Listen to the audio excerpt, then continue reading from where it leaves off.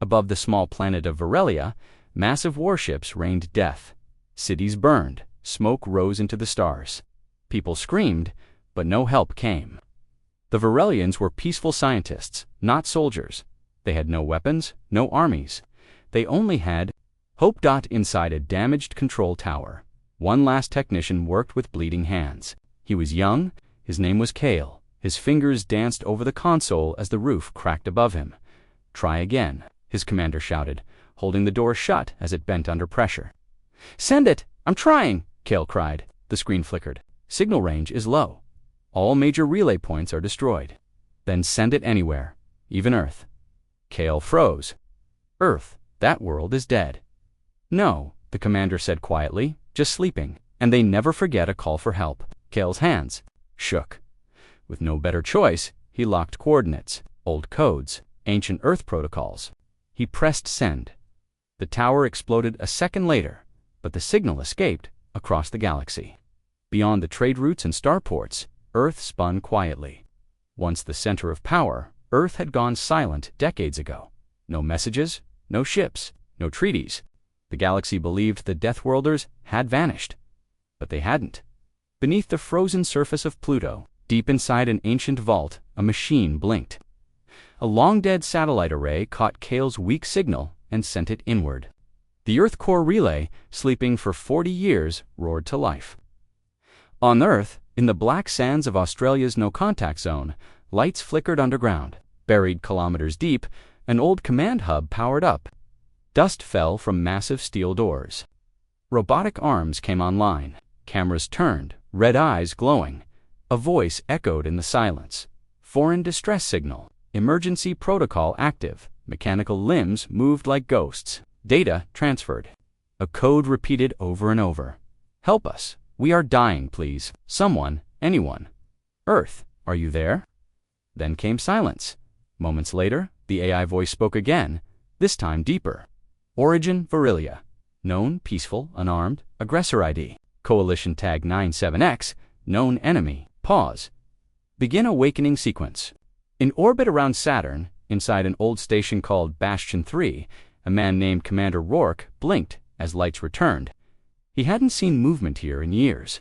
He walked through the hallway, boots echoing. "System," he asked, a soft female voice answered.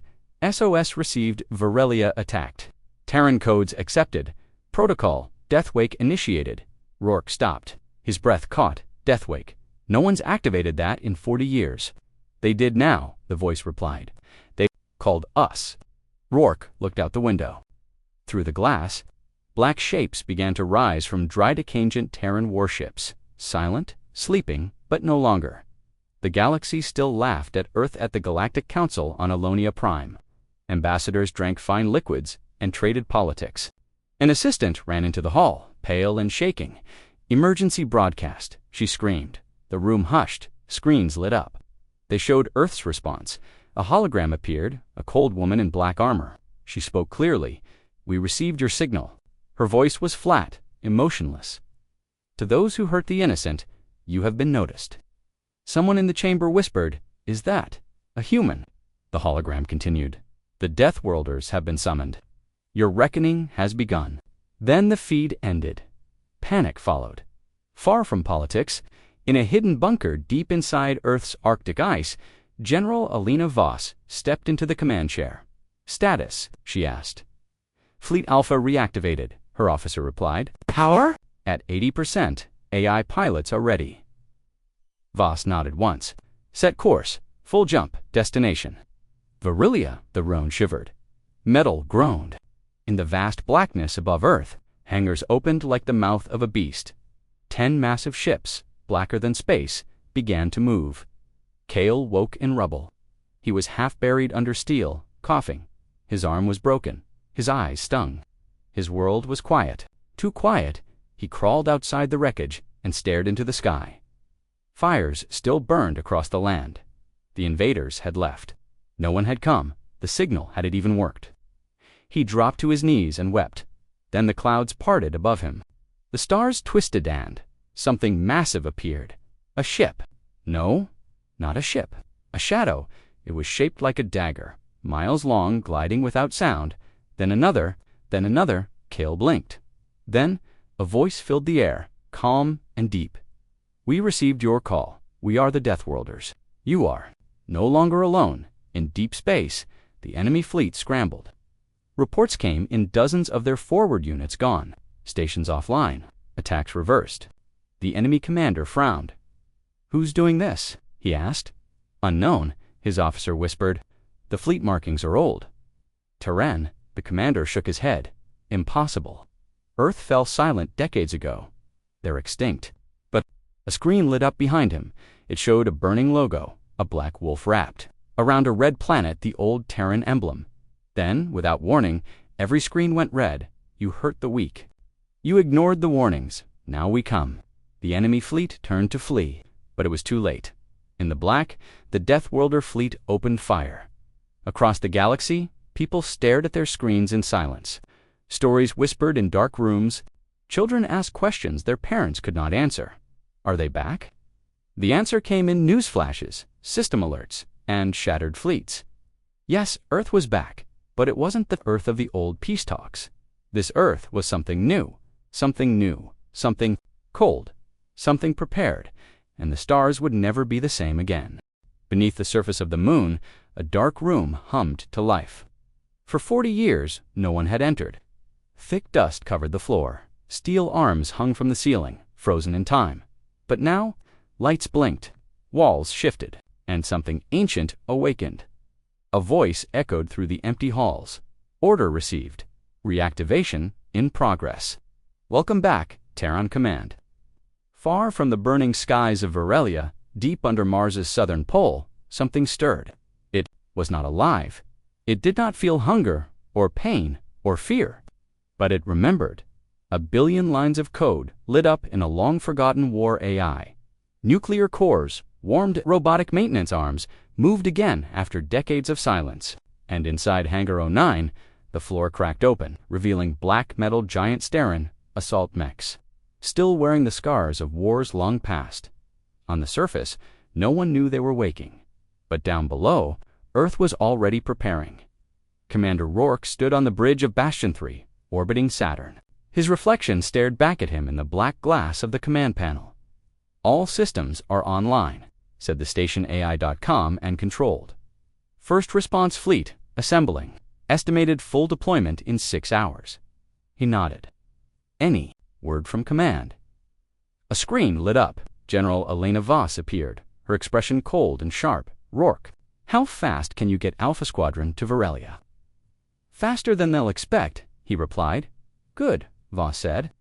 "The enemy has no idea what we've built while they thought we slept. Let's keep it that way." Then the screen went dark dot on Earth. Cities remained quiet. Life continued. Civilians still believed in peace. They didn't know their world was building something beneath their feet factories, bunkers, and orbital shipyards hidden under oceans, deserts, and ice caps.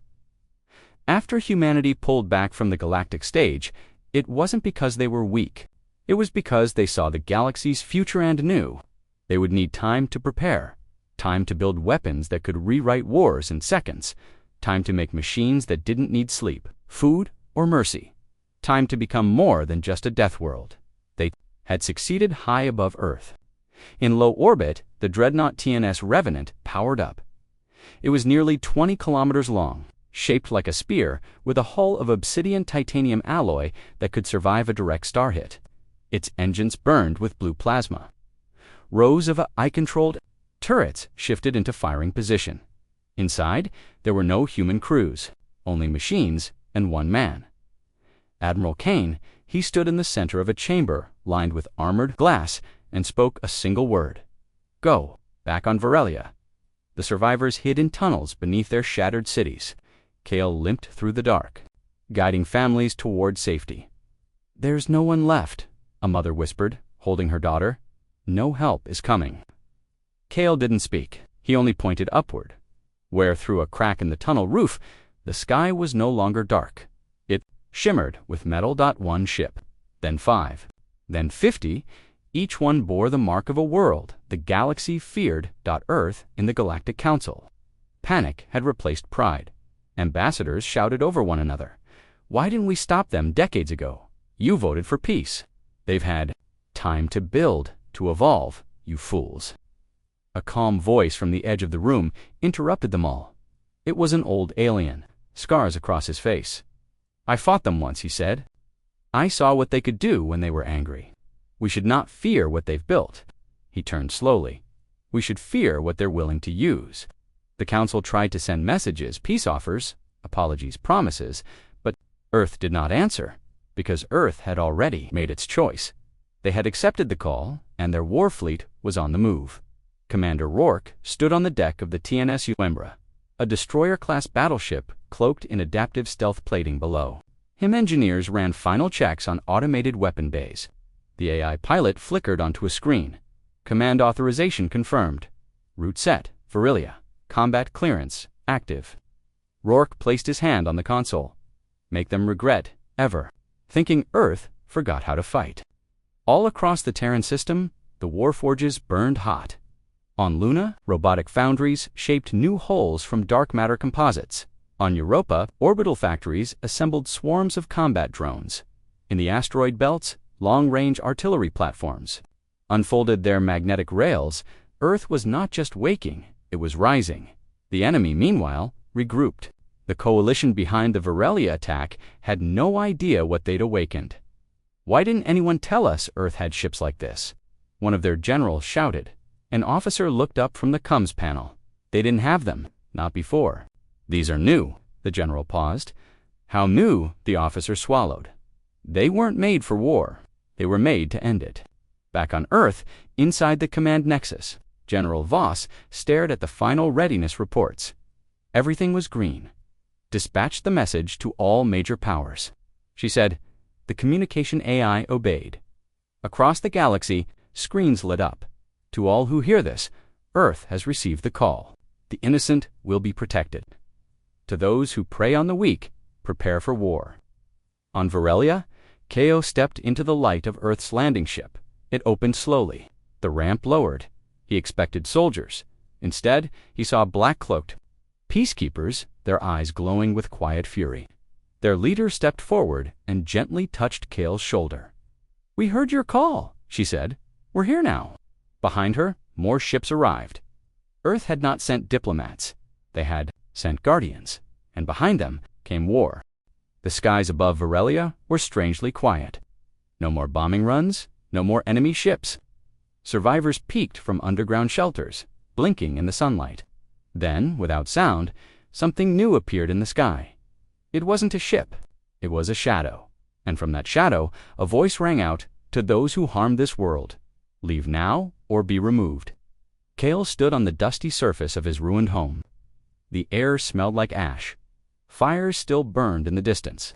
Buildings were broken bones sticking out of the land. But above him floated hope. Earth's ships had arrived. Massive and black, they hovered silently in the sky. No smoke, no noise, just presence. Like death watching quietly. One of them moved. It was shaped like a blade, with glowing red edges and no visible windows. A door opened underneath. From the belly of the ship, a figure descended slowly, carried by gravity boosters, clad in dark gray armor with a glowing Terran insignia. The human's face was hidden under a smooth helmet. Kale swallowed. The human landed in silence. The ground crunched beneath their boots. The helmet lifted slowly, revealing a woman with sharp eyes and a colder voice. I am Commander Vale of the Terran Peace Division, she said. You sent an SOS. Calais nodded, frozen in place. You are not alone anymore, she said, from orbit. The rest of Earth's fleet began moving into position. Dozens of ships circled the ruined planet like guardians. Stealth drones slipped into the atmosphere to scan for survivors, while medical bots dropped supplies. But not all of Earth's ships were there for peace. Farther out, in silent orbit, 5 Death-class destroyers waited in reserve. Their cannons were locked onto the approaching enemy reinforcements. Earth didn't need to attack yet, but they were ready to. The Virelian survivors gathered in awe around the Terran troops. These soldiers weren't shouting or showing off. They didn't carry massive banners. They moved like ghosts, quiet, precise, focused. Kale watched one of them patch up a wounded child with a field medic bot. Another soldier helped rebuild a water purifier. Still, No one smiled. Commander Vale walked to the top of a broken tower and tapped her comms status. She asked, "Enemy fleet detected 2 light minutes away." Her second-in-command replied, "Looks like they're coming back." Vale's lips tightened. Then it's time. Aboard the enemy flagship, Admiral Kaiser of the Varix Alliance sneered at his screen. "Terrans?" he growled. "That planet still exists." "Yes, Admiral," his officer replied. "We've received visual confirmation." "They've landed?" "Ground troops and surrounded the region." Kaiser laughed. "I remember Earth from the old wars. Too soft, always preaching peace, even when they held the bigger gun." He pointed at the map. "Send in the bombardment fleet. Wipe them out." But before the order could be confirmed, every screen on the ship flickered, then went black. A new message appeared. "This is Earth. You are trespassing on protected ground. Turn back. This is your only warning." The bridge went silent. Kaiser leaned forward. "Trace that signal." They did it. Came from everywhere and nowhere. Back on Varelia, Kale turned to Commander Vale. "They'll come back. They'll try to finish us." She nodded. "They might. Can you stop them?" Vale looked at the sky. "We already have." In the darkness of space, the enemy reinforcements emerged from hyperspace. Over 200 ships ready to reclaim their lost victory. They brought weapons of mass destruction and entire invasion battalions. They expected a weak Earth Force sold relics from a forgotten world. What they got instead was silence. No warning, no signals, just the sudden disappearance of their lead ships. One by one, their vessels blinked off the sensors. "Report," Kaiser shouted. "What's happening?" His officer stared at the screens, terrified. "They're vanishing, Admiral. No explosions, no debris, just gone." On the edge of the battlefield, uncloaking slowly, Earth's stealth fleet appeared. Sleek, silent, deadly. The humans didn't speak. They acted. From the surface of Varelia, Kale saw distant flashes in the sky. No sound, just light, like stars being born and dying in seconds. "What is that?" someone whispered. "Retribution," Commander Vale replied. "Inside the TNS Revenant." Admiral Kane stood at the center console. "Enemy fleet has not fired," his officer said. "They will," Kane replied. "Wait for it." Moments later, the enemy launched a full spread of missiles. Toward Earth's ships, return fire, Kane said. It was over in 17 seconds. Every missile was intercepted mid-space by AI drones. Every enemy command ship lost engine power, disabled.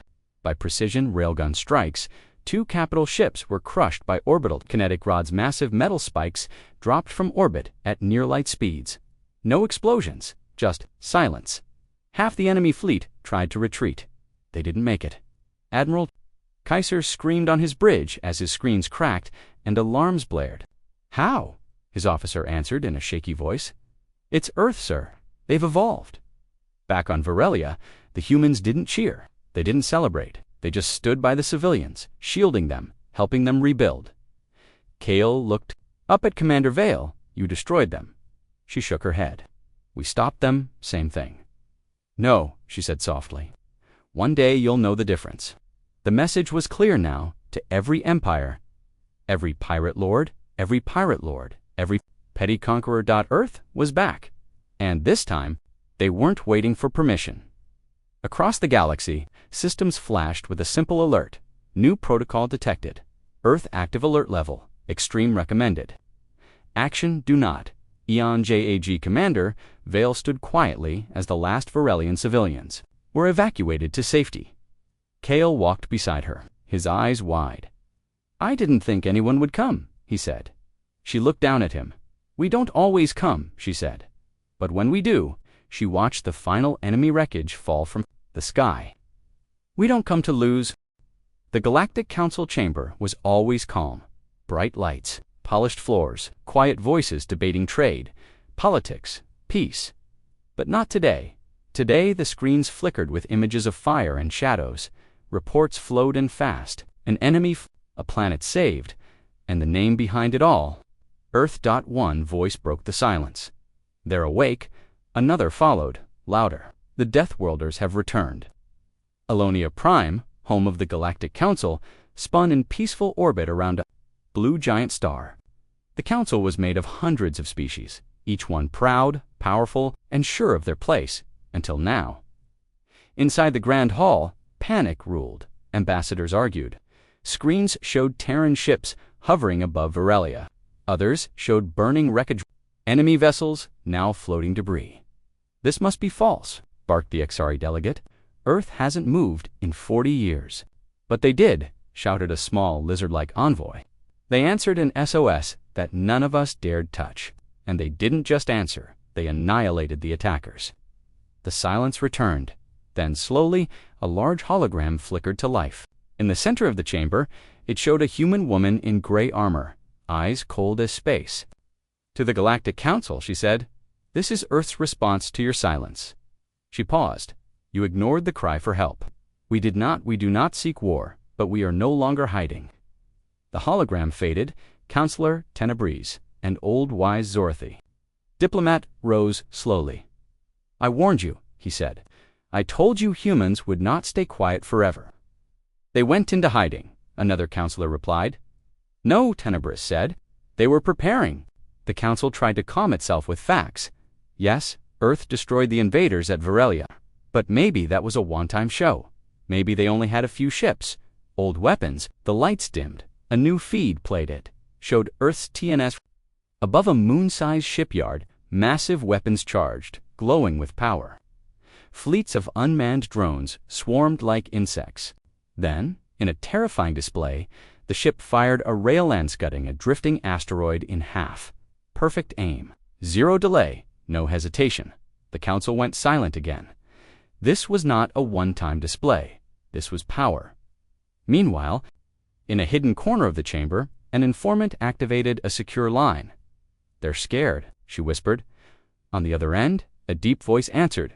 "They should be. Do we act?" "No," said the voice. "Let Earth show the galaxy what justice really looks like. Then we'll see who runs to them." On Earth, General Alina Voss reviewed the new council transmission. She watched the panic unfold. The lies, the fear, the sudden shift from arrogance to dread. She spoke into her command channel. "Let them talk. Let them guess. We don't need their approval." Then she turned to her staff. "Begin Operation Voicefall.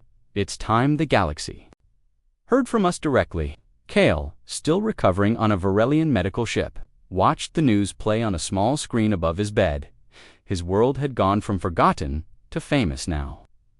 Everyone in the galaxy was talking about Earth. Not just with curiosity, but fear. Some called them saviors, others called them monsters. Kale didn't know which one was true, maybe both. Back at the Galactic Council, panic turned into plotting. Some delegates demanded Earth be brought in. For questioning, others begged for peace talks. A few wanted war. "Earth cannot be allowed to grow unchecked," shouted High Warlord Vask of the Trelga Union. "We must strike while we still outnumber them. They've been silent for decades," said another voice.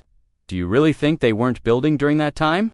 "They've shown mercy," argued a peaceful delegate. "They saved Varelia. They didn't attack anyone else." Warlord Vask slammed his fist. "That's what makes them dangerous. They're choosing their wars now." In a quiet corner of the chamber, a small alien diplomat whispered to herself. They didn't ask for power. They didn't need approval. They just acted. She shivered. That's what makes them terrifying. Far from politics, Earth's fleet moved. The TNS Umbra, cloaked in stealth plating, slipped past Council scanners and drifted near the edge of Council space. On board, Commander Rourke spoke with Admiral Kane. "They'll try to talk," Rourke said, "maybe even unite against us." Kane smirked. "Good. You want war?" "I want them to decide," Kane said. "We offered protection. If they spit on it, then we show them what the Deathworlders really are." On Council World Hedros, a secret meeting took place. Leaders from smaller planets gathered. Earth moved to protect a peaceful race when no one else would. One said, "They may be our only real hope." Another whispered. Then maybe, a third said, "We stop fearing the Deathworlders and start asking them for help." Back in the council chamber, a final message arrived. It was from Earth, simple, direct. "We are watching, we are listening. The next time a peaceful world cries for help, we will move again. Not for conquest, but for justice. Choose your side." Panic turned to silence. and the galaxy began to choose. Some in fear, some in faith, but all in the shadow of Earth's return. The stars looked calm, peaceful, silent. But underneath the surface of Mars, deep within the Earth's lunar vaults, and across Titan's cold rings, machines were waking. And everywhere the same message was spoken. War protocol, humanity engaged. In Earth's Arctic Circle, under the ancient ice, the Terran command nexus pulsed with life. For decades it had slept. But now its lights burned red, and across every console, the same alert blinked. Greater than Deathworlder war protocol active. Greater than full systems online. Greater than all fleets. BIOCING General Alina Voss stood in the center of the war room, surrounded by holoscreens showing stars, maps, and moving red dots. She didn't blink. "Status report," she ordered. A lieutenant responded. "All 12 core fleets are active. Automated drone swarms are ready. Shipyards have entered emergency production mode. Show me the targets." The center display shifted, showing red zones across the galaxy. Pirate strongholds, slave worlds, illegal warlords. "Begin," Voss said coldly. "Let them feel our presence." On the Terran supercarrier TNS Dominion, Admiral Kane gave a short, simple order: execute war protocol. AI commanders acknowledged in perfect unison. Across multiple systems, swarms of Earth's warships broke stealth and jumped through hyperspace gates. Their targets were not random, they were the enemies Earth had cataloged for years. Every pirate base, every outlaw fleet, every government that ignored SOS signals. No warning, no mercy. On Varelia, Kale stood in silence as Earth's medships finished their work. New shelters had been built, water ran clean. The sky was no longer filled with smoke, and the stars above no longer felt empty. Earth had come, and now, Earth was cleaning house. Kale watched as the last Terran cruiser left orbit. He wasn't afraid. He didn't feel abandoned. He felt safe for the first time in his life, because he knew one thing: Earth doesn't bluff. Across the stars, terror spread.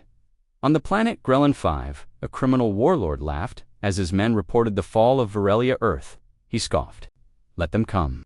10 minutes later, the sky above Grelin 5 exploded. Terran orbital cannons, hidden in stealth platforms, opened fire. No armies, no invasions, just precision, destruction, silence. When the smoke cleared, the warlord's fortress was gone. Back in the Galactic Council, chaos deepened. "This is madness," shouted a representative. "They're attacking without asking. No approval, no trials, just destruction."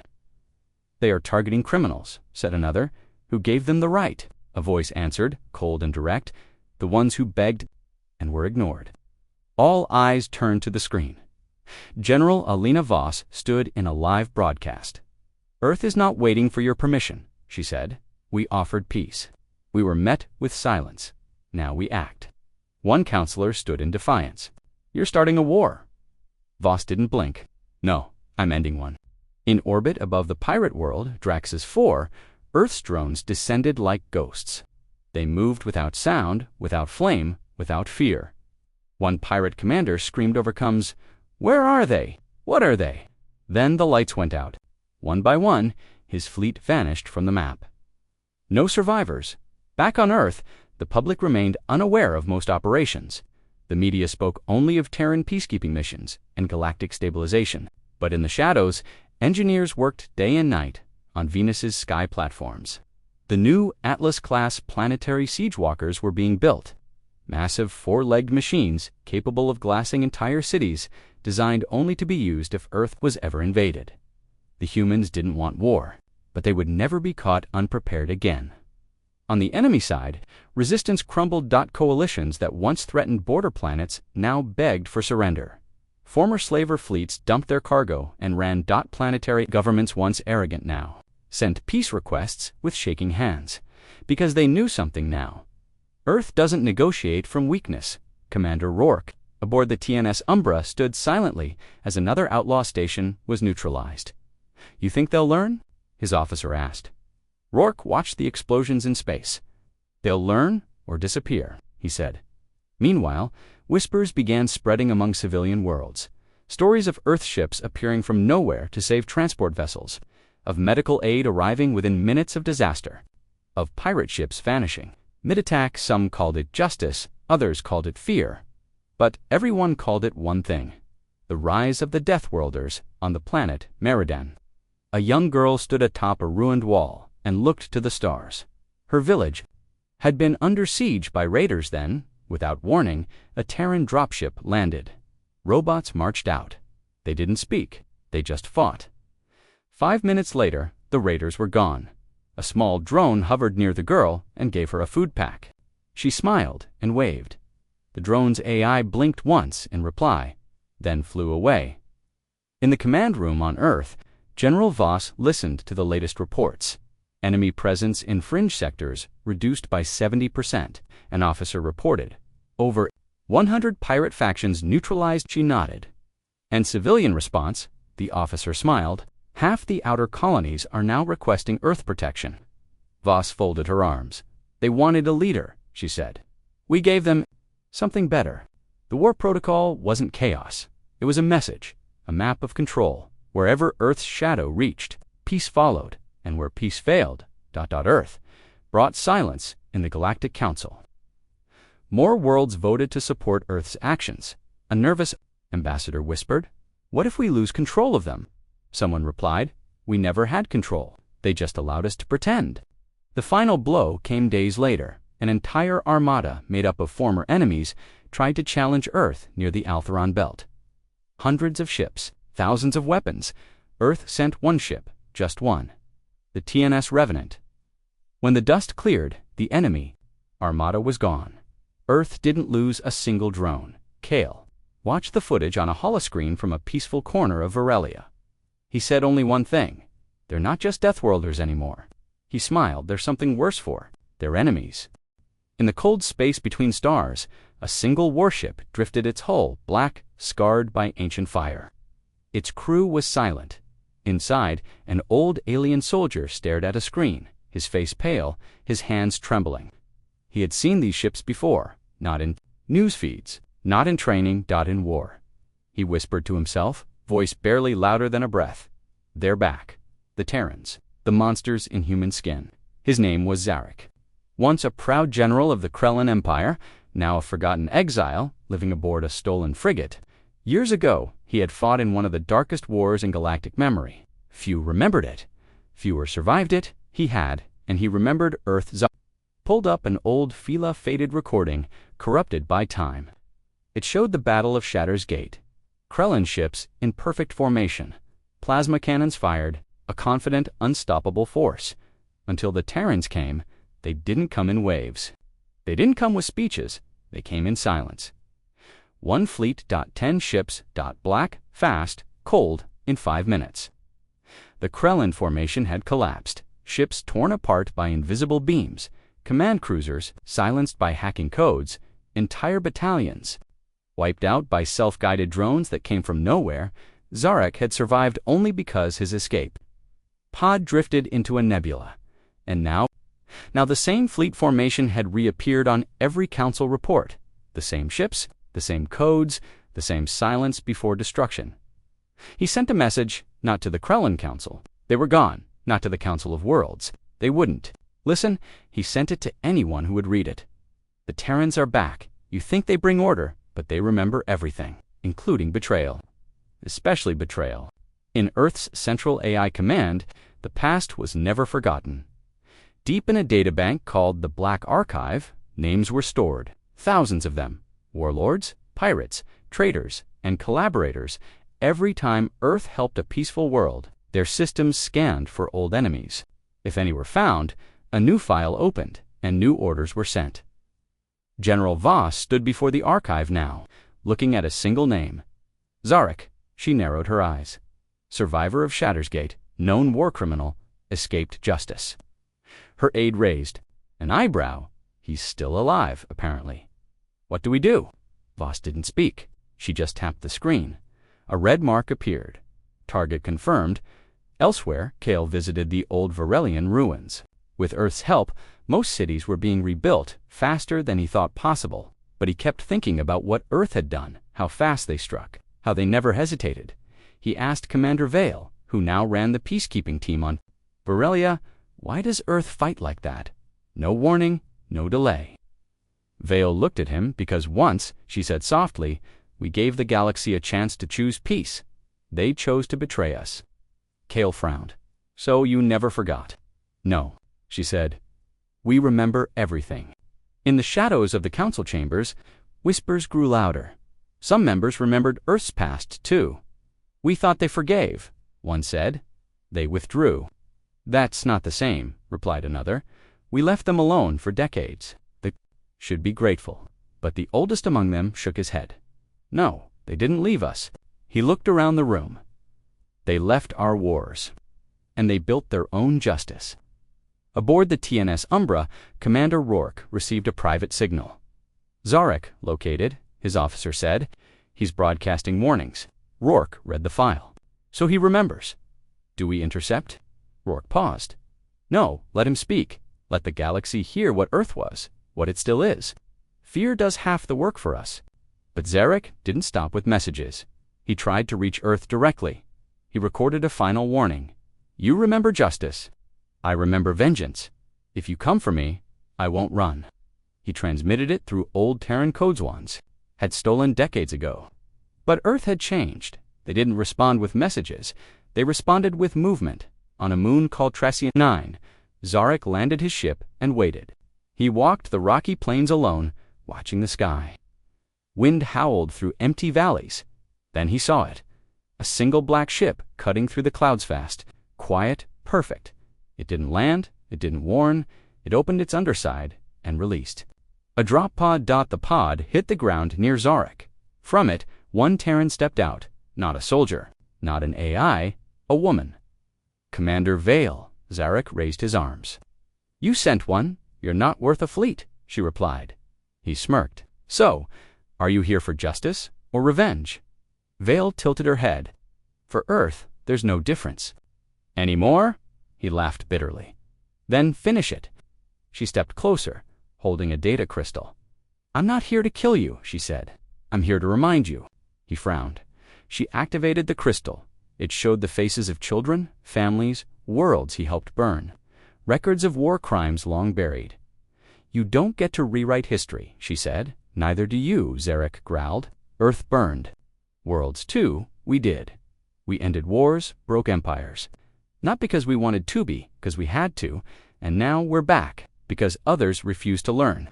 She turned and began walking away. Zarek stared, confused. You're letting me live? No, she said over her shoulder. We already erased your name from history. You're just a ghost now. A moment later, her ship rose into the air and disappeared. Zarek looked to the stars, realizing that, for someone like him, being forgotten was worse than death. Across the galaxy, more old names were found. Hidden warlords, secret traitors, ancient enemies, and one by one, they vanished. Earth didn't kill them all. Some were erased from records, some were publicly shamed, some simply disappeared because Earth had learned. The past never dies, but it can be silenced. Kale stood once more under the stars. He looked up, wondering how far Earth's justice would go. He asked Commander Vale one final question. How long will Earth keep doing this? She answered quietly. As long as there's evil in the galaxy. The lights on Outpost Rella blinked once, then again, then nothing. A technician frowned. Strange. System's fine, but our long-range sensors, just he didn't finish.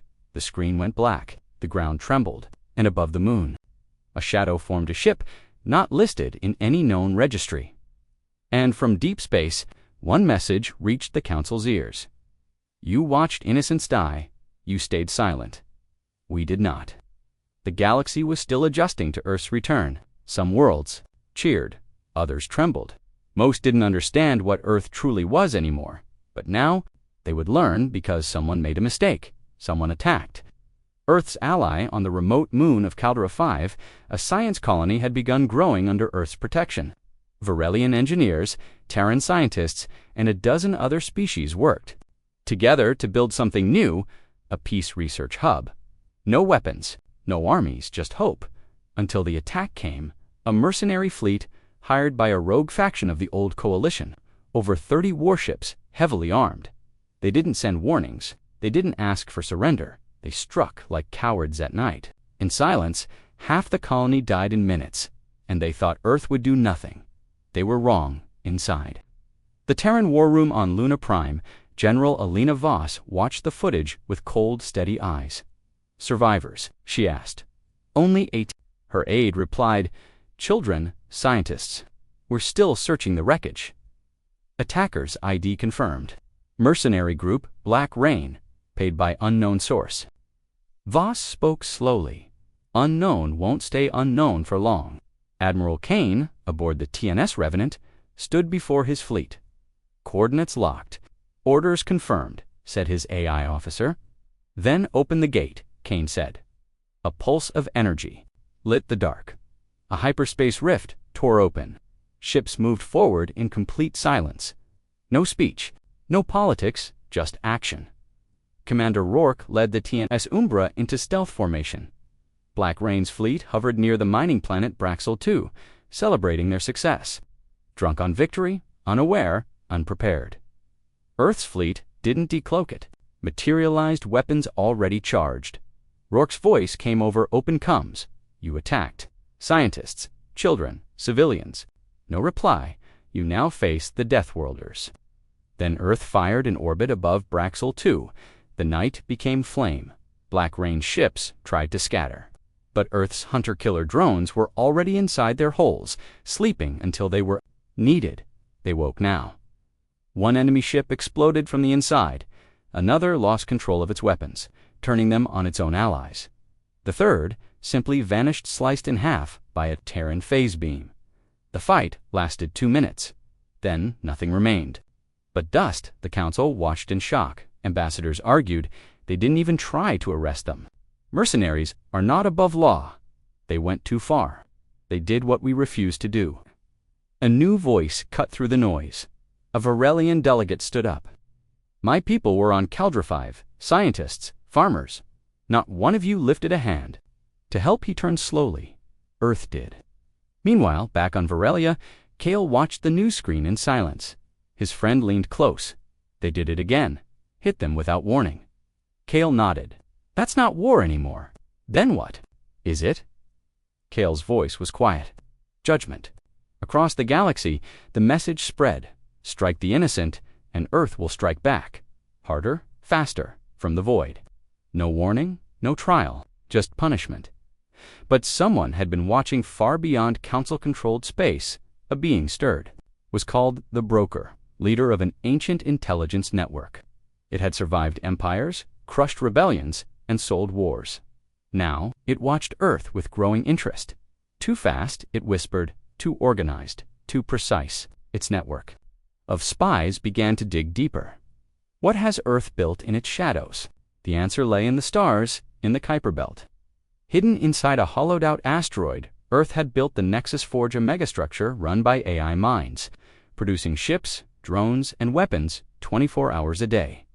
No crew, no stop, and its production rate doubled every month. Commander Vale stood before a new class of Terran ship, the Spectre-class interceptor, capable of phasing through enemy shields. "Isn't this overkill?" asked her engineer. Bal answered calmly. "Not if they keep coming."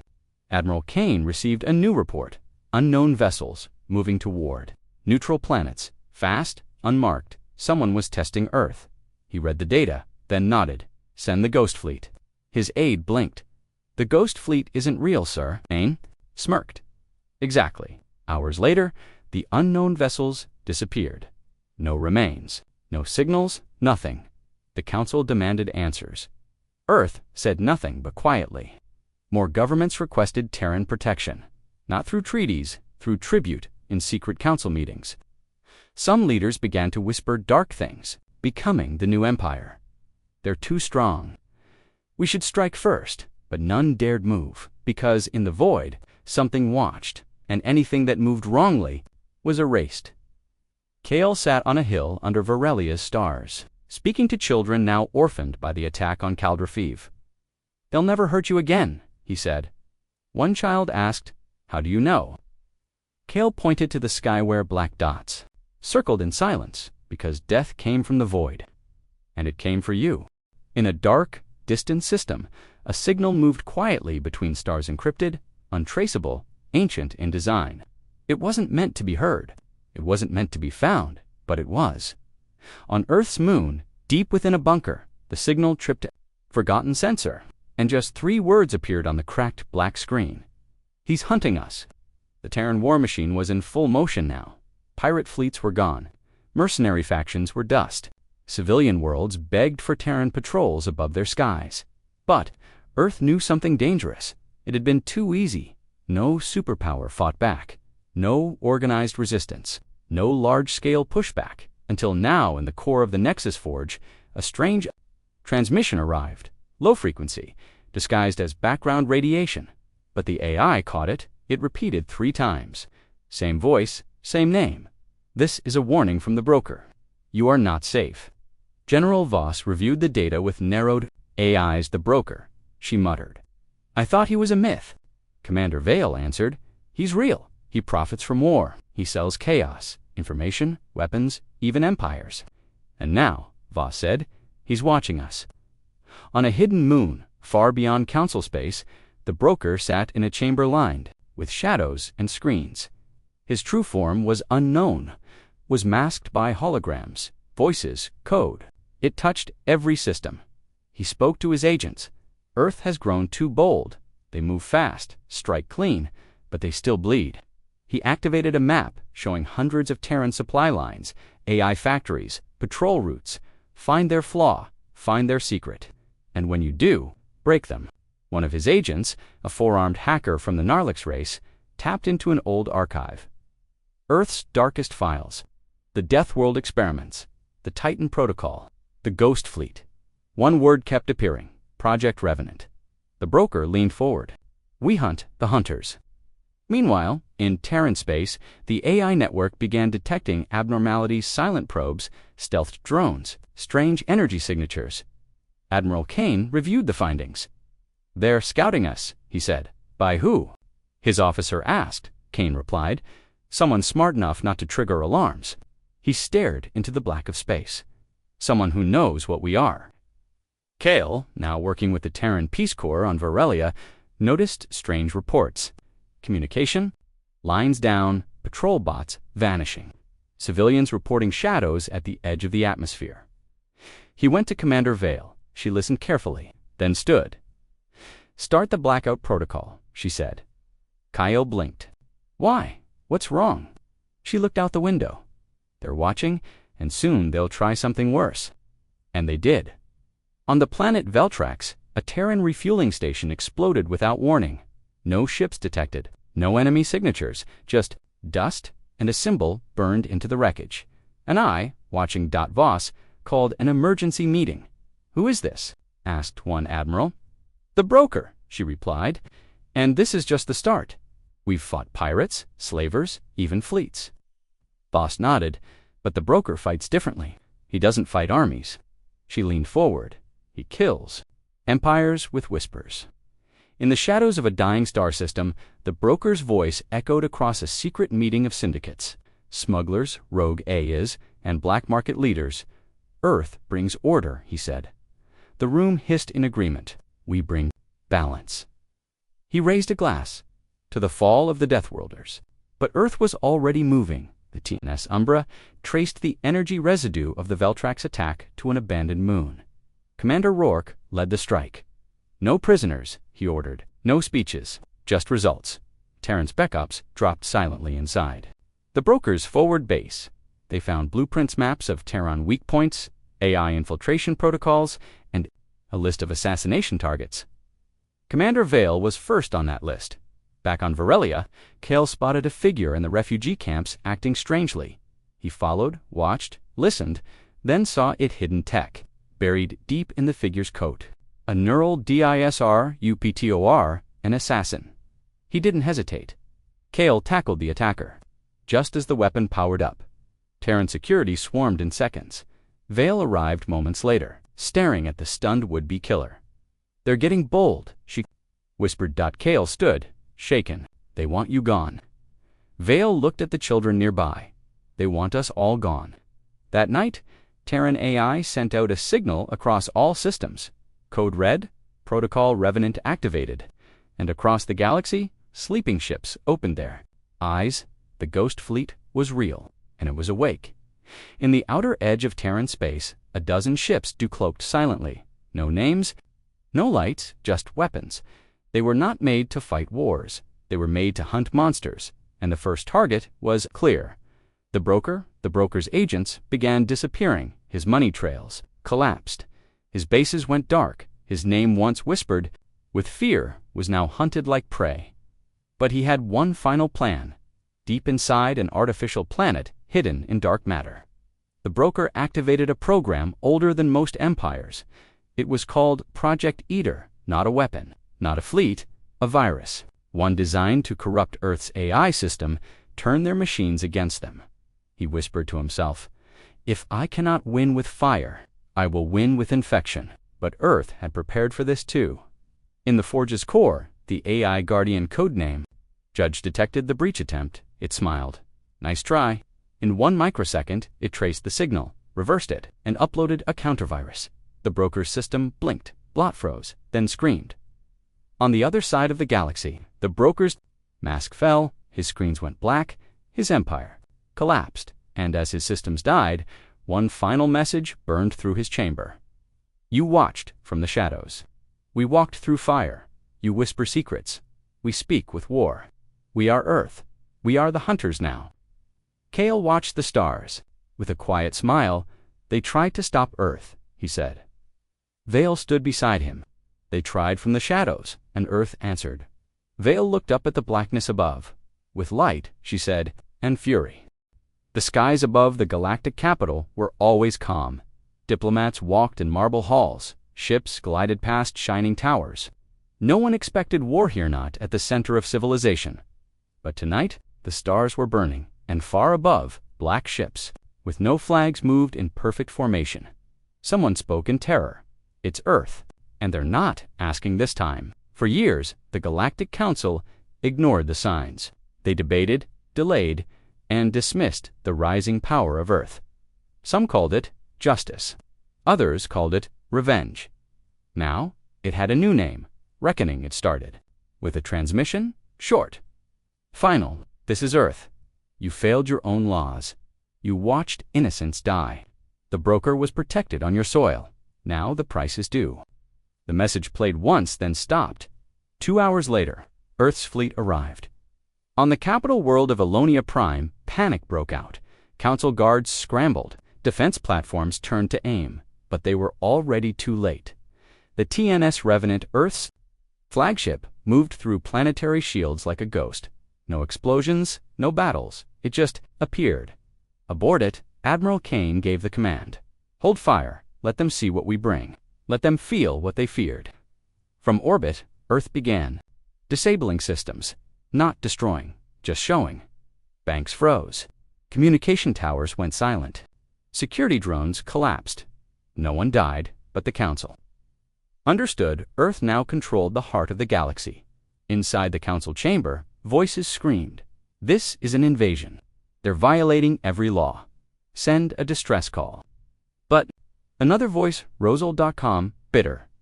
Did we send distress calls when the frontier worlds begged us? Did we act when children starved under pirate rule? Did we stop the broker? No one answered, because they all knew the truth. The chamber doors opened with a deep hiss.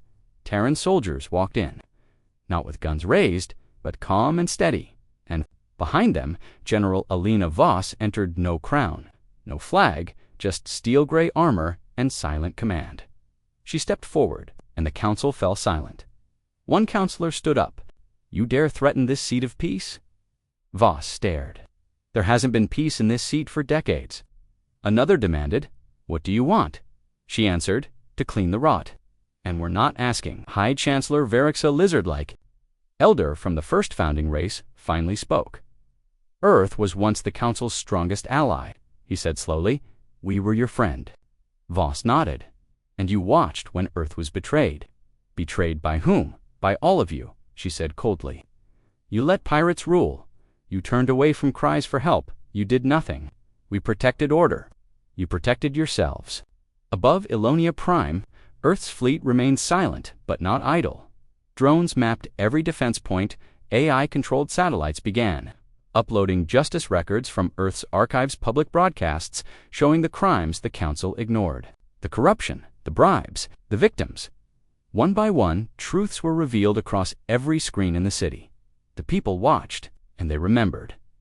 Far away on Varelia, Kale saw the news reports, citizens of Alonia Prime filling the streets. Not in anger, in agreement. Cheering Earth's actions, holding up signs, "Let the Deathworlders lead. Justice from Earth." Inside the council chamber, fear shifted into silence. Not fear of death, fear of change. Voss stepped forward once more. "Earth will not rule you," she said, "but we will no longer be silent. No more ignored cries. No more forgotten colonies. No more games." She tossed a data crystal onto the main podium. It activated a full report. "Names, crimes, locations. Fix this," she said, "or Earth will—" One counselor, trembling, whispered, "You're forcing us." "No," Voss replied. "We're freeing you," just as she turned to leave. Alarms blared. A massive enemy fleet unknown origin was entering the system. Someone screamed, "It's the rest of the Broker's forces. They're here to take revenge." The skies filled with ships, over 200 warcraft. They had waited for Earth to show weakness. Now they saw Earth's forces on the Council. World End believed the moment to strike. Admiral Kane received the alert. He smiled. Fools. Earth's fleet changed formation instantly. The Ghost Fleet joined from hidden orbit. Phase ships shimmered into being. Drones woke, and for the first time in history, Earth's full armada stood in one place. The Broker's remnant. Forces fired first. Plasma beams, missile storms, EMP strikes, all aimed at the Council world, but Earth's wall held. Not one shot reached the surface. The Revenant fired back. One massive pulse that shattered the enemy's front line. Then the drones swarmed. It was not a battle, it was execution. In 5 minutes, the enemy fleet was gone. Not damaged. Gone. The Council watched in stunned silence. Voss turned to them. "Now you understand. Earth didn't come to conquer. We came to protect." Back on Varelia, Kale wiped tears from his eyes. He looked at the sky and whispered, "They protected the very people who once betrayed them." His friend asked, "Why?" Kale smiled, "Because they're not like the rest of us. They're human." As Earth's fleet prepared to depart, the Council passed a vote. Unanimous, a new seat. Terran, oversight, not power. Not command, but judgment. But judgment, when cries for help go unanswered. Earth answers, and in the silence of deep space, the stars glowed red dot, not with fire, but with the reflection of something ancient. Something rising, humanity, not as conquerors, not as monsters, but as guardians with fire and fury, when needed. In the cold dark of space, the stars whispered, not in words, but in silence. No distress calls, no more pirate signals, no mercenary chatter, just silence. Worlds that once lived in fear were quiet. Fleets that once terrorized the weak were dust dot, and above it all, Earth's black ships moved like shadows. Not to conquer, not to rule, but to watch, to protect, and the galaxy, every race, every world. Every frightened leader watched Earth. In silence, the war was over. Not because Earth declared it, not because the Council made peace, but because no one dared fire another shot on Varelia. Kale stood at the top of a rebuilt tower, overlooking his new city. The sun was rising, golden light washing over rooftops, schools, and gardens that didn't exist just months ago. Children laughed below. Engineers worked quietly. Peace felt real. But it hadn't come from diplomacy. It had come from Earth Commander. Vale walked beside him, helmet in hand, armor still dark with battle dust. "Feels different," Kel said softly. She nodded. "It is. Will it last?" Vale looked up. "That depends on what?" She turned to him, on whether the galaxy remembers what happened when it forgot Earth. Far above, in orbit, the Terran fleet stood still. The TNS Revenant, the TNS Umbra, and dozens more ships formed an invisible wall across the sky. They did not boast, but their message was clear. We are watching in the council chambers. Change had begun. Old leaders were gone, resigned, replaced, or exposed. New representatives rose, ones who listened, who remembered the screams of lost colonies, who saw the videos of Earth's silent fury and understood, and above them all, Earth's new Terran oversight, chair remained empty. It didn't need a speaker. Its silence said enough. General Alina Voss stood in Earth's command center, her eyes scanning across hundreds of reports, food convoys, medical relief, orbital defenses, trade lines, not war, stability. Her aide entered. Status, all sectors calm. Pirate activity dropped by 97%. No new conflicts. Voss crossed her arms. Any signs of the broker? The aide shook his head. Nothing. His empire is dust. Voss turned slowly to the giant display of the Galaxy. Then, we've done it. But she didn't smile because she knew something the Galaxy had forgotten. Peace is not the end. It's the start of vigilance. Somewhere in the deep black, where no stars shined, a small drone floated in silence. It was old, scarred. It carried one final message, a recording made by the broker before his fall. If you see this, then I have failed. Earth has risen. They are not like the others. They are not controlled, not bought, not predictable. The transmission flickered. They are what comes after empires fall. Then it shut off. On a distant colony, a small boy touched a datapad with Terran symbols. He had never seen war, never held a weapon. But he knew Earth's voice. It was the sound that had brought medicine to his people, the ship that landed food during a storm, the drones that scared off slavers without firing a shot. He looked at the sky and whispered, "Thank you." He didn't know who he was thanking, but Earth heard it. Back on Earth, life was quiet. Cities rebuilt. Oceans healed. Spaceports buzzed with peaceful trade. But deep underground, factories never stopped.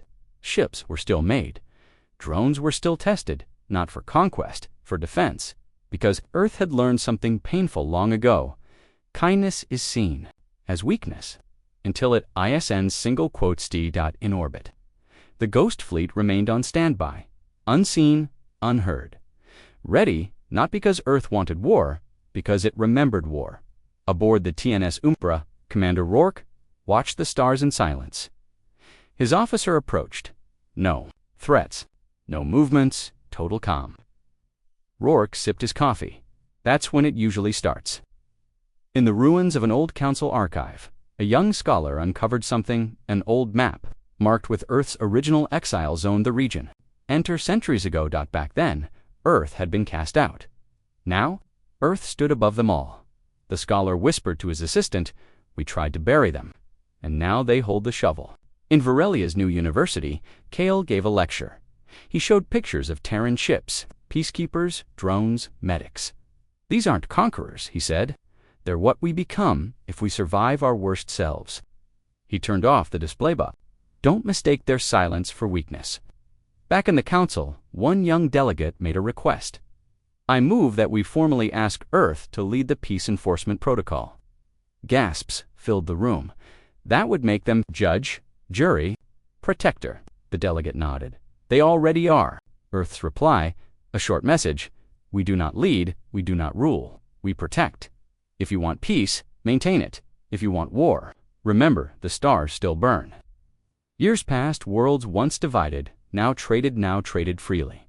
Species that once hid in fear now sent ambassadors. Children grew up never knowing piracy, and Earth's fleet grew quieter, but never absent, because in every dark corner, in every silent region of space, someone always planned to rise again. But now they hesitated, because they knew one truth: the Deathworlders would return if needed. One day, a scout ship found a strange wreck, an old Terran cruiser. Abandoned, empty. Inside, carved into the steel wall, were 6 words: "We fought, we bled, we watched." And that was Earth's legacy. Not empire, not destruction, but memory. And the Galaxy finally learned to listen.